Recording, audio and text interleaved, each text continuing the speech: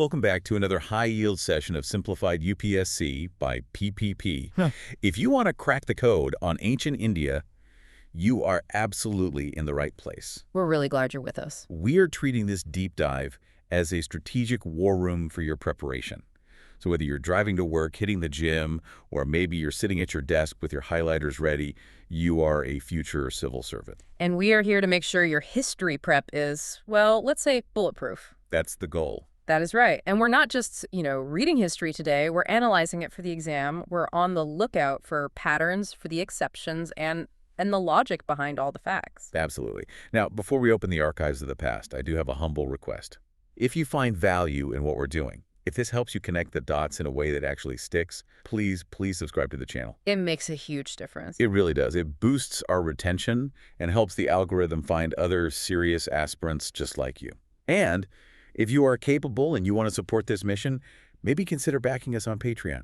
Yeah, that's what keeps this high-quality content coming and allows us to dig deeper and deeper every single week. It really does. And on that note, a massive shout-out and a very warm thank you to all of our current supporters. You truly make this possible. I mean it. You are the patrons of this digital academy. They really are. Also, don't forget to like this audio and, leave a valuable comment. It really helps us figure out what's working for you. We do read them all. We do. And for the serious note-takers among you, we have a resource alert. Free notes with practices. Previous year questions, or PYQs, are available right now on our public Telegram channel. And for those who want the full deep dive library, like all at once, plus the premium notes, and these include detailed summaries, extra PYQs, and model mains answers, you should DM us on the public Telegram channel to join the private library. That is where the real heavy lifting happens. It is. Okay, let's get into it. Let's unpack this. Today, we are opening the Talmud Nadu Board Class XEI History book, and we're jumping right into Chapter 9, the Gupta Empire. Ugh, this is a heavyweight topic, a really big one. We're looking at the period roughly between, say, 300 and 550 AD. Right. And in the grand timeline of Indian history, this is the era that so often gets labeled the Golden Age. The Golden Age. It sounds so perfect, doesn't it? Gold coins, poetry, science, temples. I mean, it's the era everyone talks about with this sort of nostalgia. It does. It has that shine to it. But our mission today is to see if that label actually holds up under scrutiny. We are going to look at the political consolidation, the explosion of Sanskrit literature, the incredible science of Aryabhatta, the stunning art. But we're also going to ask the tough questions. We have to. Was it golden for everyone, or was it perhaps more of a gilded illusion? A gilded illusion. I like that. And we're going to synthesize the textbook facts with actual UPSC PYQs to see how the exam tests this specific era.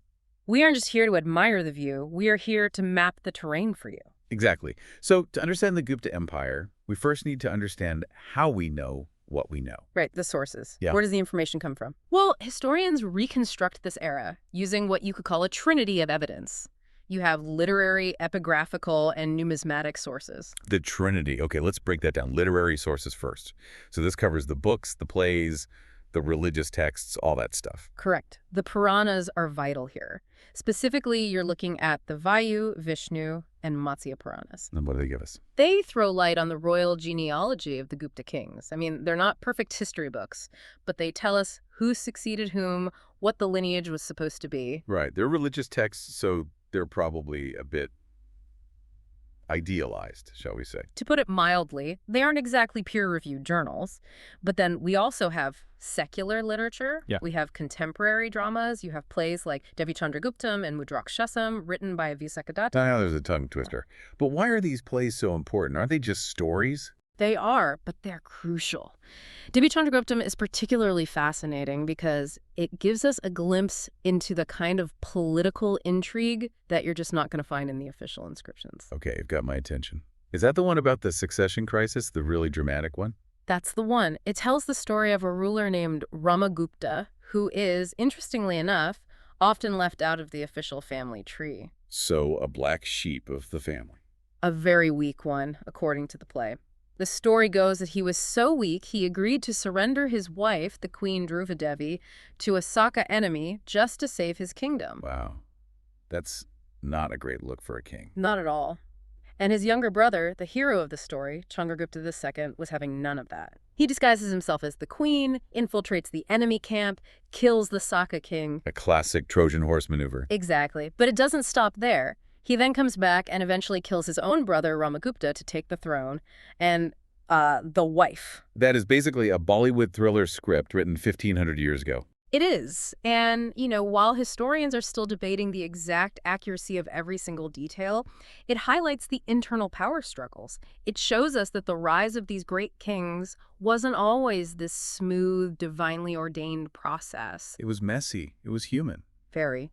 And then for a totally different perspective, we have a foreigner, the Chinese traveler, Fa-hien. Right, Fa-hien. He's a really important outside observer. He is. He's the first of the great Chinese pilgrims who came to India. He visited during the reign of that very same hero, Chandragupta II, and his account is invaluable. Why invaluable? Because he wasn't a court poet who was paid to praise the king. He was an outsider, and he was looking at the social, the economic, and the religious conditions of the time. So he's almost like an investigative journalist compared to the PR team of the court poets. That's a great way to put it. Yeah. His main goal was to find Buddhist texts, but he ended up recording the lifestyle of the ordinary people.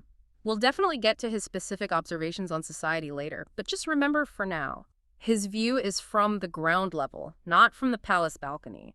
A crucial difference. Okay, so that's the literature. Pillar number 2 was epigraphical sources, inscriptions. The stuff carved in stone and metal, the things that, can't be easily edited later, the heavy hitters. And what's the first one we need to know? The Meherali iron pillar. It's usually associated with Chandragupta I, and some say Chandragupta II. Is that the one in Delhi? The one that famously hasn't rusted? That's the one. It's still standing in the Qutub Minar complex today. It's incredible. I mean, despite 16 centuries of monsoon rains and scorching summer heat, it shows this incredibly high level of metallurgical skill. It just hasn't corroded. It's amazing to think about the chemistry they must have mastered back then to pull that off. It really is. It speaks to a level of industrial sophistication that's just mind-boggling. In the inscription on it, it lists the extensive conquests of a king named Chandra. So it's a victory monument as well as a scientific marvel. Exactly. But the absolute MVP of Gupta sources, I mean the one every single aspirant must memorize, is the Allahabad pillar inscription. Also known as the Prayag Prashasti. That's it. Prashasti just means a eulogy or a panegyric.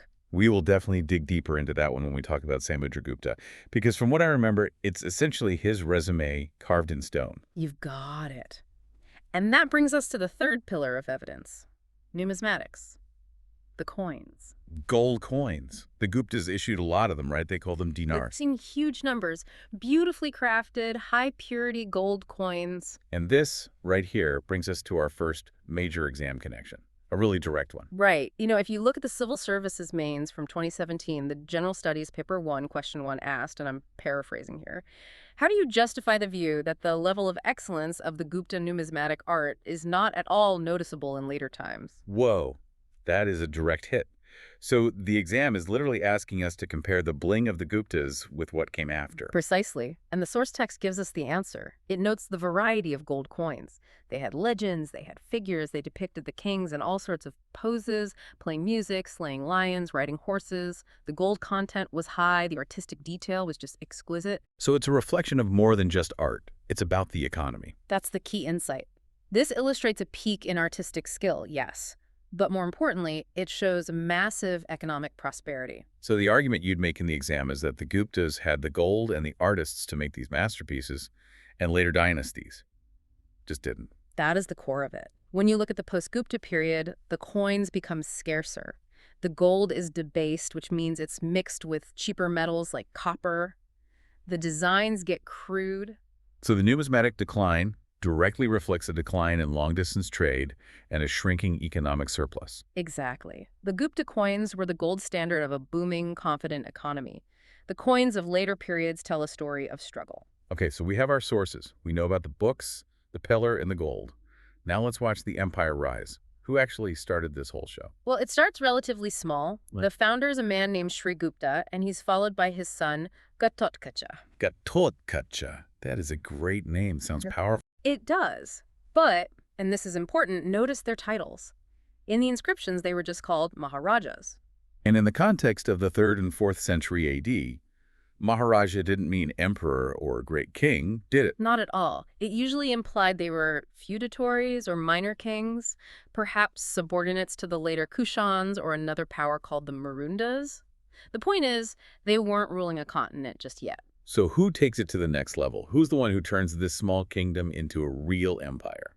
That would be Chandragupta the First. He rules from about 320 to 330 AD, and he is the first one to take the title Maharaja.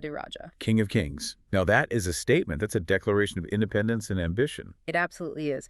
And the Gupta era, the calendar, officially starts with his accession in 320 AD, but arguably his smartest move wasn't on the battlefield, it was a wedding. Ah, the strategic marriage. The oldest trick in the political playbook. And he played it perfectly. He married a woman named Kumara of the Lichchhavi family. Okay, so why was that so important? I mean, who were the Lichchavis and why her specifically? The Lichchavis were an old, very prestigious and powerful clan. They had a lineage that went all the way back to the time of the Buddha. They were ancient royalty. And the Guptas, by contrast. They were likely considered upstarts, nouveau riche. By marrying into the Lichchavi family, Chandragupta didn't just get a wife. He got political legitimacy, he got credibility, and he probably got a lot of territory in the Gangetic Plains as part of the deal. So it was a merger of new power and old prestige. The perfect combination, and they were clearly very proud of it. How could we tell? They issued special coins, really beautiful gold coins with the names and images of both Chandragupta and Kumaradevi, and the legend Lichchhavi. So they were advertising the alliance on their money. Constantly. And their son, the great Samudragupta, he constantly referred to himself in his own inscriptions as Lichchhavi Dohitra. Which means? The grandson of the Lichchavis. He wore that connection like a badge of honor. It was central to his identity and his claim to rule. So Chandragupta sets the foundation through this brilliant alliance. But the guy who really expands the map, the one who turns the Gupta kingdom into the Gupta Empire, is his son. Samudragupta. He ruled from roughly 330 to 380 AD, and he is often called the Napoleon of India. That's a very big title. Is it a fair comparison? Well, in terms of military genius and the sheer scale of his conquests, it's not far off, and we know the details of those conquests from one primary source. Let me guess. The Allahabad Pillar. That MVP source we mentioned earlier, it was composed by his court poet and minister, Harsena. It's a masterpiece, 33 lines of classical Sanskrit in the Nagari script. And Harsena basically just lists everywhere Samudragupta went and conquered. It's like a geography lesson in military campaigns. It's incredibly specific, and it reveals that Samudragupta was more than just a brute. He was a military strategist who understood that different regions required different strategies. He didn't just try to paint the whole map one color. He had essentially 3 distinct foreign policies. Yeah, let's break those down. First, North India, his own backyard. Right. The first campaign was in what the inscription calls Aryabhatta, or North India. Here, he followed the policy of Prasapurana, Which means? violent extermination. He defeated rulers like Achyuta and Nagasena, who were Naga kings. He completely wiped them out, no mercy, and annexed their territories directly into the empire. Total control of the heartland. He needed a secure base. He had to have the Gangetic Valley locked down. But then he did something fascinating. He launched the Dakshinapatha expedition. He marched south. This is the famous southern campaign that everyone studies. Yes, and it's famous for a reason. He marched all the way down to Kanchipuram in modern-day Tamil Nadu. The inscription says he defeated 12 rulers in the south. But, and here is where his genius really shines, he didn't annex their kingdoms. He didn't try to rule them directly from his capital in the north. He let them go. He gave them their kingdoms back. He did. He used the policy of Grahana Moksha Anugraha. Okay, that's a mouthful. Break it down. Grahana capture, Moksha release, Anugraha favor. He captured the kings, then he released them, and then he showed them favor by reinstating them on their thrones. There had to be a catch. Of course! They became tributaries. They had to accept his suzerainty, pay him tribute, and likely offer their daughters in marriage. But they got to keep ruling their own lands. He understood that trying to rule the Deep South from Patalapitra was a logistical nightmare. It would have been imperial overstretch. That is actually incredibly pragmatic. He gets the wealth and the submission without the headache of administration. Exactly. It's a masterclass in statecraft. It's very different from his third policy, which was against the Attavika Rajas, the forest kingdoms of central India. What did he do with them? He reduced them to servitude. He needed to secure the trade and transport lines that ran through their territories between the north and the south, so he just subjugated them completely. So ruthlessness in the north, a very clever form of diplomacy in the south, and complete subjugation in the central forests. A different tool for every job. That's the mark of a true strategist. But he wasn't just a warmonger, was he? The sources suggest not. Not at all. The Allahabad inscription, his own Prashasti, describes him as Kaviraja, the king of poets. And we have the most incredible numismatic evidence for this. The Veena coin. The famous coin that shows him sitting on a couch, playing the veena, a stringed musical instrument. The warrior musician. The philosopher king. It's a powerful statement about the ideal of kingship. He's not just a conqueror, he's a patron of the arts, a man of culture, a classic Renaissance man 1,000 years before the Renaissance in Europe. And his religion. He was a devout Vaishnava. He revived the ancient Vedic horse sacrifice, the Ashvamedha, to proclaim his undisputed sovereignty over the land. But importantly, he was tolerant enough to patronize the great Buddhist scholar Vasubandhu. A complex and brilliant figure, and Yep. that brings us to his son and successor, the man who inherits this vast empire. Chandragupta II, who takes the famous title Vikramaditya. He ruled from 380 to 415 AD, and this is often considered the absolute peak, the zenith of the empire. It is. If Samudragupta was the great conqueror, Chandragupta II was the great consolidator and the ultimate cultural patron. And he had a big enemy to deal with right from the start, the Sakas. The Western satraps, yes. These were the successors of the Indo-Scythians who had been ruling Western India, what is now Gujarat and Malwa, for centuries. They were a major power and a constant thorn in the side of the Guptas. And Chandragupta II finally deals with them. He does. He launches a campaign and defeats the last Saka ruler, a man named Rudrasimha III. And this was a game changer, wasn't it? It wasn't just about beating one more rival. This had huge consequences. It was massive. By conquering Western India, the Gupta Empire for the first time gained direct access to the seaports on the western coast ports like Broach, Cambay, Sappara. So now they are directly connected to the global maritime trade network. Precisely. They now controlled the incredibly lucrative trade routes to the Roman Empire in the west. This influx of new wealth is probably why Ujjain in Malwa became a second capital. The center of gravity in the empire begins to shift. It's not just a political center anymore, it's a commercial and cultural hub. Cosmopolitan city. Exactly. And speaking of culture, this is where we hit another specific PYQ connection. Prelims 2020, question 36, I believe. Right. It asked about the association of the great poet and playwright Kalidasa. Yes. The statement in the exam was, Kalidasa is associated with Chandragupta II, and the source material confirms this completely. Tradition holds that Kalidasa was one of the Navaratnas, or the 9 gems of his court. The 9 leading intellectuals and artists of the day. And it makes perfect sense. The immense trade wealth that started pouring in after the Saka conquest likely funded this massive patronage of the arts and sciences. So Chandragupta II is the guy who defeated the Sakas, took the title Sakari, which means destroyer of the Sakas, and also the title Vikramaditya, and he hung out with Kalidasa. That's a pretty good resume. It's a very good resume. He perfectly blended military success with cultural soft power. It's the high watermark of the empire. But what happened after him? Can you maintain such a peak? Well, his successor was Kumara Gupta. He ruled for about 40 years, from roughly 415 to 455 AD. And for the most part, his reign was peaceful and prosperous. The empire was stable. And he's famous for one major contribution, right? He is. He is credited with being the founder of Nalanda University. Or Nalanda Mahavihara, Yeah. the Oxford of ancient India, a massive residential university for Buddhist studies. In many ways, yes. It became a beacon of learning that attracted students and scholars from all across Asia, from China, Tibet, Southeast Asia. It was an incredible institution.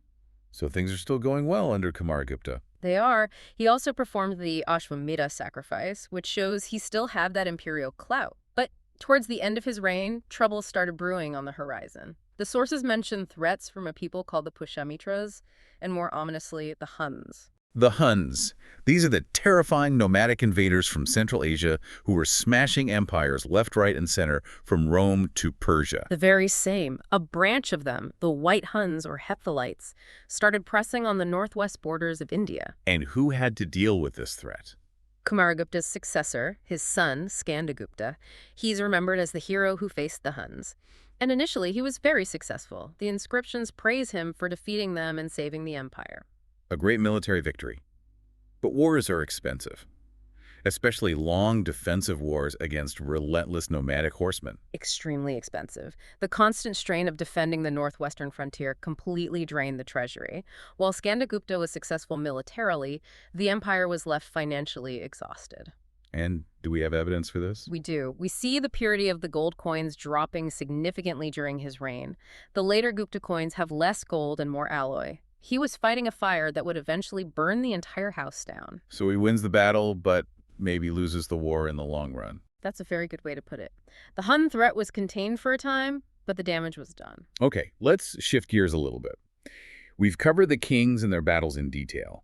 Now let's talk about how they actually ran this vast place, the administration. This is a crucial distinction for UPSC aspirants. You always have to compare the Guptas to the Mauryas. And the key word, the big difference, is decentralization. Right, the Mauryas were the ultimate control freaks, weren't they? Everything was run from the center. Highly, highly centralized. The king and his massive bureaucracy, with its network of spies, micromanaged everything from taxation to sanitation. The Guptas were very different. They adopted these grand, high-sounding titles. Paramapadaraka, Paramaswara, Samrat. Sounds very top-down. The titles were impressive, yes. But on the ground, they delegated a lot of power. So how was the chain of command actually structured? Well, at the very top, you had the king, and he was assisted by a council of ministers and high officials like the Vikraha. Vikraha. That sounds like a yoga pose. It does, doesn't it? It means the minister of peace and war, essentially the foreign minister. And it was a very important post. In fact, Harisena, the poet who wrote the Allahabad inscription, actually held this post under Samudragupta. Oh, interesting. So the poet was also the diplomat-in-chief. Okay, so king and ministers at the top. Then you have the provinces. The empire was divided into provinces, which were called buktas, and these were ruled by governors called uparikas, who were very often princes of the royal family. They had significant autonomy. And below the buktis? The provinces were divided into districts called vishyas, and these were ruled by officials called vishyapatis. But, and this is where the decentralization gets really real, the vishyapati wasn't a dictator in his district. He was assisted by an advisory council. A council made up of whom? Other government officials? No, and this is the fascinating part.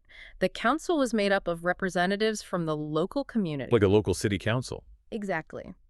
The inscriptions mention the Nagarfreshtis, who were the chief merchants or the head of the merchant guild, the Sarthavaha, the leader of the trading caravans, the Prathama Kulika, the chief artisan, and the Prathama Kayasta, the chief scribe or head of the scribal community. Wait a minute. So you're telling me the local district administration was being run by the local business leaders and the heads of the guilds? Yes. The mercantile class and other local elites had a direct hand in day-to-day governance. This is a massive shift from the Mauryan model. The state was effectively stepping back and letting these powerful local bodies manage their own affairs. Incredible. And what about the lowest level, the village? The Gramikas. The village administration, led by the village headman, was also largely autonomous.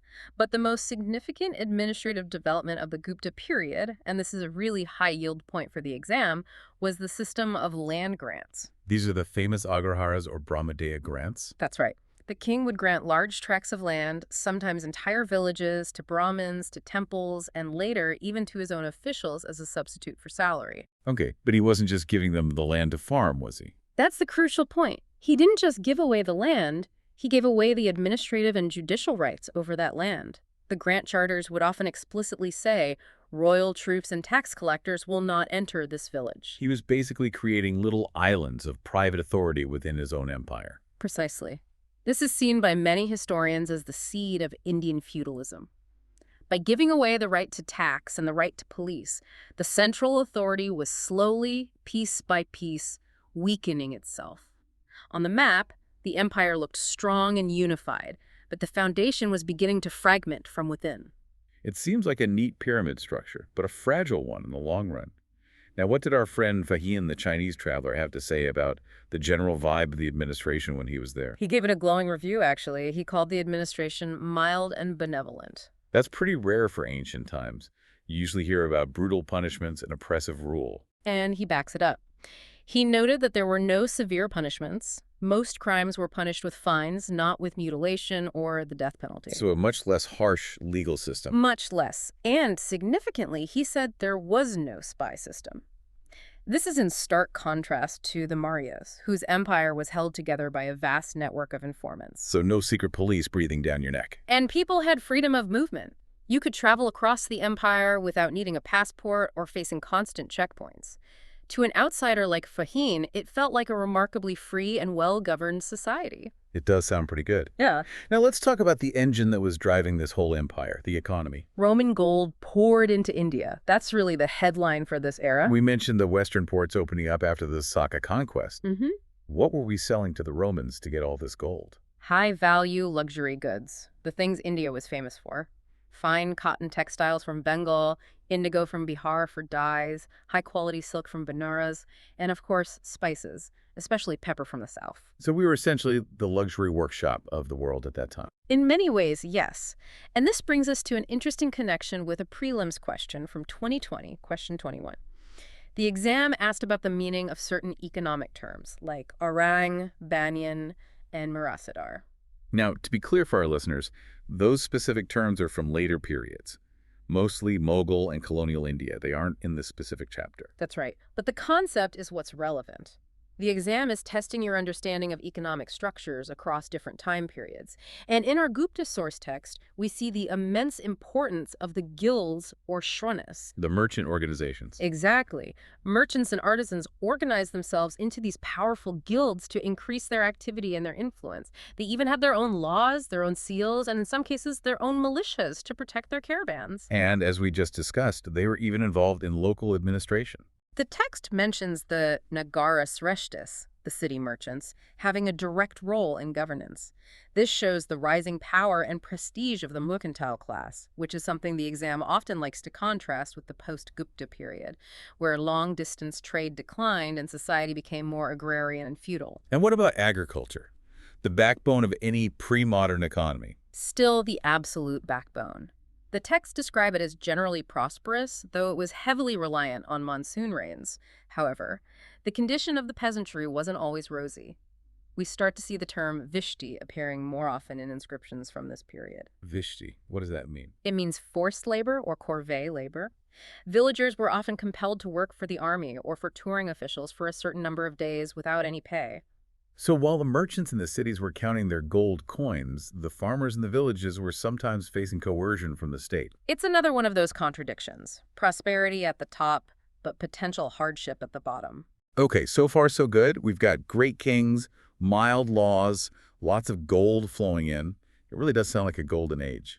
But I feel a but coming. Here's where it gets really interesting. Here's where we have to challenge that narrative. I knew there was a catch. Yeah. Let's dig into the society, the darker side of the golden age. Well, if you were a Brahmin or a wealthy Vaishya merchant, life was very, very good.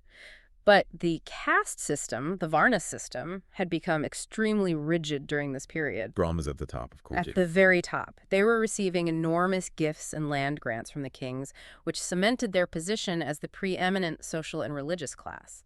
The supremacy of the Brahmins was fully established, but it's at the bottom of the social ladder where we see a really disturbing development. We're talking about untouchability. Yes. The practice of untouchability becomes clearly visible and institutionalized in our sources for the first time during the Gupta period. And our eyewitness for this is Fa-hien, isn't it? It is, and his account is just heartbreaking to read. He describes the miserable condition of the people he calls the Chandalas. Who were they? They were people who performed tasks considered impure, like handling dead bodies or working as executioners. And as a result, they were completely segregated. They were forced to live outside the main towns and villages. They were considered polluting to other castes. And then there's that detail that always sticks with me, the one about the clapper. It's a chilling detail. He writes that when a Chandala entered a town or a marketplace, they had to strike a piece of wood. They had to make a sound, like a clapper or a bell. Why? So that this so-called upper caste people could hear them coming and get out of the way, to avoid their touch or even their shadow, which was considered polluting. That is a stark, stark contrast to the mild and benevolent administration he described elsewhere. It was benevolent for some, but brutally oppressive for the marginalized. That's the contradiction at the heart of the Golden Age. It was a society of extreme, religiously sanctioned inequality. And what about the other half of the population? What about women? Here, too, we see a distinct decline in status. If you compare the position of women in the Gupta age to, say, the early Vedic age, it's clear they had lost a lot of ground. In what specific ways? Well, for one, they were generally prohibited from studying religious texts like the Vedas and the Puranas. Their access to formal education was severely curtailed. The Manusmriti, which was a very influential legal and social code at this time, openly advocated for pre-puberty marriage. Child marriage. Yes. The text suggests that the ideal time to marry off a girl was before she even reached puberty. And the ancient practice of Swayamvara, where a high-status woman could choose her own husband from a group of suitors, was largely abandoned by this period. That is a huge loss of agency. You go from having some say in choosing your life partner to being married off as a child, often to a much older man. A complete loss of agency. And most chillingly, we see the first concrete epigraphical instances of sati being mentioned in sources from this period. The urn inscription from 510 AD. That's the one. It records the wife of a Gupta general named Goparaja burning herself on his funeral pyre. It's the first clear, undeniable, inscriptional evidence of the practice. So if you were a woman, this golden age might not have felt so golden at all. It might have felt more and more like a cage being built around you. Precisely. And this social conservatism is reflected in religion as well. This was the great age of the revival of Brahmanism. Vaishnavism and Saivism became the dominant religious forces. Image worship, temple building. Yes, image worship and elaborate priest-led rituals took over from the older Vedic sacrifices. And what happened to Buddhism, the dominant religion for centuries before? It went into decline, didn't it? In the Gangetic Valley, yes, in the very place where it was born. Fa-hien noted this. He saw deserted monasteries and dwindling numbers of monks in some of the old, famous Buddhist centers. Buddhism was still flourishing in the Northwest and at great centers of learning like Nalanda, but in the heartland, Brahmanism was back in charge. And it often succeeded by assimilating Buddhist ideas and even the Buddha himself, turning him into an incarnation of Vishnu. A very clever strategy of absorption. Okay, now let's look at the shiny stuff again. Let's talk about culture. The intellectual boom. Because despite all these serious social issues, the intellectual and artistic output of this era was just insane. It truly was. This is the era of classical Sanskrit. It became the language of the court, of literature, of science. It was refined to a point of perfection. And the star of the show was, of course, Kalidasa. The Shakespeare of India. His works, like the play Shakuntalam or the lyric poem Meghaduta or the epic Raghuvamsa, these aren't just great Indian literature, they are masterpieces of world literature. Shakuntalam was one of the first Sanskrit works translated into a European language, and it just blew them away. And we also mentioned Vyaskadatta, the author of Mudrakshasam and Divi Chandraguptam. His plays are brilliant political thrillers that give us those historical insights we talked about, but wrapped in gripping entertainment. And what about the Puranas? They were compiled into their present written form during this age.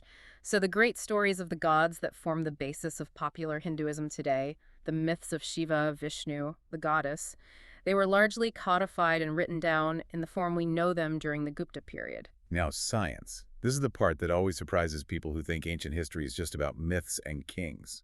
Aryabhatta. He is an absolute giant in the history of science. Born around 476 AD, he wrote his seminal work, the Aryabhatta, in 499 AD. And what was his big revolutionary idea? He had several. For one, he gave a brilliant mathematical explanation for solar and lunar eclipses. He proved it wasn't some demon swallowing the sun, it was simply the shadows cast by the Earth and the Moon. That's a huge leap from myth to science. And what about the shape of the Earth? This is the truly revolutionary part. He was the first astronomer in the Indian tradition, and one of the first in the world, to definitively declare that the Earth is spherical and that it rotates on its own axis. That is incredible. That's 1,000 years before Copernicus in Europe. Did people believe him? Was he celebrated for this? Sadly, no. The idea was too radical. Later, very influential astronomers like Varahamihira actually rejected the rotation theory. They used a common-sense argument. If the Earth is spinning so fast, why don't birds get thrown off their nests into space? They didn't have a concept of gravity to counter that, but it shows that Aryabhatta was centuries and centuries ahead of his time. A true genius. Yeah. And what about medicine? We have the work of Vata.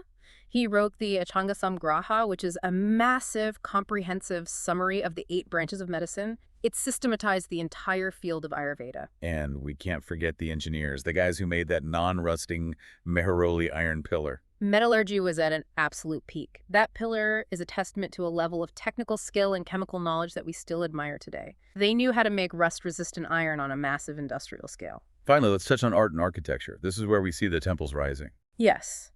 We see the beginnings of the evolution of the 2 main styles of Indian temple architecture, the Nagara style in the north and the Dravida style in the south. Before this period, worship was often done in open-air shrines or in caves. Now, we get the first freestanding structural temples built of brick and stone. Are there any specific sites we should know? The Dashavatara temple at Deoghar is a classic early example of Gupta temple art. It's one of the first to have a tower, or shikhara, over the main shrine. And of course, the paintings. The murals, the ones that have survived. The rock-cut monasteries at the Baha caves, and most famously, the Ajanta caves. Which brings us to another PYQ. Prelims 2013, question 57, I think. That's the one. It asked which places are known for mural paintings. And Ajanta caves was one of the correct associations. The frescoes there, like the famous painting of the Padmapani Bodhisattva, are considered the absolute pinnacle of ancient Indian painting. They show a grace, a balance, and a use of color that is just breathtaking, even after all these centuries. So we have this massive, undeniable peak in culture, science, and art. But, as we know, all good things must come to an end. Which brings us to our final section, the decline. Why did this magnificent empire fall apart? It's the classic 1-2 punch that brings down so many great empires, a combination of external pressure and internal weakness. The external pressure was clearly the Huns. The Pushyamitras, and especially the Huns from Central Asia. As we said, Skandagupta held the line, but the constant wars bled the treasury dry. After Skandagupta's death, the Huns broke through. Hun leaders like Tormana and the infamous Mihirakala launched devastating raids deep into North India. Mihirakala was a particularly brutal guy, wasn't he? He is remembered in both Indian and Chinese sources as a cruel tyrant who persecuted Buddhists and destroyed their monasteries. The Hun invasions completely destabilized the political order of North India for decades. And the internal factors, the weakness within. The successors of Skandagupta were simply weak. Rulers like Prayag, Narasimhagupta, Vikramaditya, they just didn't have the military genius or the political grip of a Samudragupta or a Chandragupta II. Some of them seem to have been more interested in religion and philosophy than in administration and defense. And when the center gets weak? The provinces get strong, the feudatories rise up. Remember all those land grants? Remember those powerful local governors and client kings? They started to realize the emperor in Pataliputra was a weak figurehead. And they started to assert their independence. Exactly. A key figure here is Yasodharman of Malwa. He rose up, asserted his own independence, and even managed to defeat the Huns himself, claiming the imperial glory that used to belong to the Guptas. And this connects directly to a prelims question from 2021, question 34. It does, a very important one. The question asked, more or less, from the decline of the Guptas until the rise of Harshavardhana in the early 7th century, which new kingdoms were holding power in North India? So it's asking you to know what happened in that gap, that intermediate period between the two great empires. Exactly. The textbook mentions that the disintegration of the Gupta Empire led to the rise of petty princes ruling over smaller territories. This political fragmentation sets the stage perfectly for the next chapter in Indian history, the eventual rise of Harsha of Kannauj. The exam wants you to know who filled the power vacuum left by the Guptas. So you need to know about powers like the Maukharis of Kannauj, the Maitrakas of Vallabhi, the whole chessboard of post-Gupta politics changed. That's correct. The unified imperial structure collapsed, and it was replaced by a constellation of competing regional kingdoms. The empire was gone. All right, let's try and wrap this all up. We have covered a lot of ground. We have indeed. We've dissected the Golden Age from every angle. So the final verdict, the Gupta Empire, Golden Age or Gilded Illusion? I think the truth is it was both. Yeah. It absolutely solidified what we now think of as classical Indian culture, Sanskrit literature, temple architecture, Hindu theology as we know it. These are the pillars that were firmly established during the Gupta period, and the achievements in art and science were objectively world-class. But there's always a but. But the social cost was high. It came at the cost of extreme social rigidity. The caste system hardened into something oppressive. Women lost significant ground. And the immense wealth was clearly concentrated in the hands of the elites. So what does this all mean for our listener, for the UPSC aspirant studying this chapter? What are the key takeaways? Okay, for the exam, you need to remember the names, the books and authors, the key inscriptions, their high-yield facts for prelims. You absolutely need the chronology of the kings and their main achievements. And for mains, you need to understand the contradiction between the wealth and art at the top and the social inequality and oppression at the bottom. Don't write a mains answer that just blindly praises the era as a golden age. You must add that nuance. Show the examiner that you can think critically about the label. And as always, let's end with a final provocative thought for you to mull over. We call it a golden age, and we do that because we're looking at the beautiful gold coins and we're reading the sublime poetry of the elites like Kalidasa. But what if we looked at that era through the eyes of a Chandala, striking his wooden clapper so people would avoid him? Or through the eyes of a young girl being married off before puberty, a woman who was denied an education?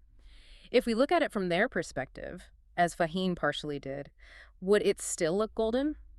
Or would it look more like a gilded cage? A gilded cage. Yeah. That is a powerful image to leave on. History is so often written by the victors, or at least by the privileged. And as future civil servants, you must learn to read between those lines. That's it for our deep dive into the Gupta Empire. If you enjoyed this, if it helped you connect the dots, please hit that subscribe button. It really does help us keep the lights on and this content flowing. And please check the Telegram public channel for the free notes and those crucial PYQ links we discussed. You need to see the actual questions to really understand the pattern of the exam. And if you want the model mains answers on this very golden age criticism we just debated, DM us on Telegram to join the private library. That's where we really get into the weeds of answer writing. And as always, a huge thank you to our Patreon supporters. You are the real Maharaja Tirajas of this channel. Like, share, and comment. Let us know. Do you think it was a golden age? We'd love to hear your take. We'll see you in the next episode. Keep learning, keep questioning.